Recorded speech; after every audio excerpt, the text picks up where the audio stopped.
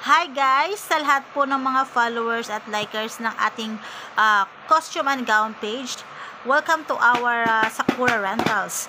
So sa lahat po ng mga nagtatanong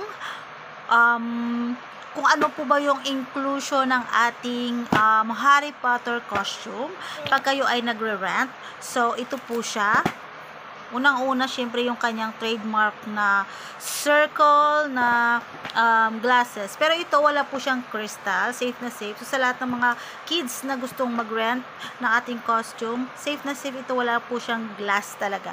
So, para lang siyang toys. Ayan. So, meron din po akong isang glass na may crystal. So, kung gusto nyo yun, pwede rin po yun. And then, meron siyang necklace. Ito yung necklace niya. So, ang necklace niya, ipapakita ko po sa inyo. Para po siyang triangle na may circle. Ayan. Tapos, yung isa naman, syempre, yung kanyang wand. Ito yung wand ni Harry Potter. So, 3 pieces na tayo. 4 pieces is itong kurbata. So, ang pinapakita ko sa yung kurbata is color blue. Ito po yung tawag dito is Ravenclaw. So, may 4 na klase po kasi. Ang pinaka-famous is Gryffindor. And then, ito, Ravenclaw. Tapos, meron ding green tsaka yellow. So, makikita nyo naman po yun sa post ng aking Sakura Rental. So, ito yung ika-4 na pieces. Ika-5 piece is itong kurbata.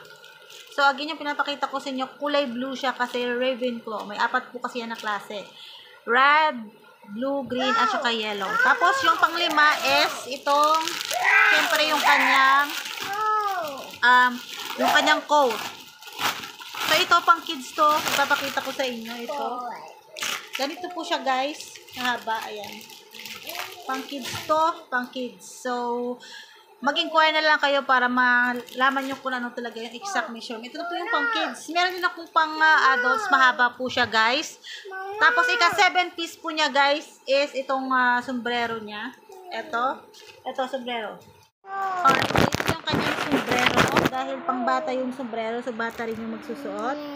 Ayan. So, maraming salamat sa pag-visit sa akin Facebook page. Don't forget to like and follow.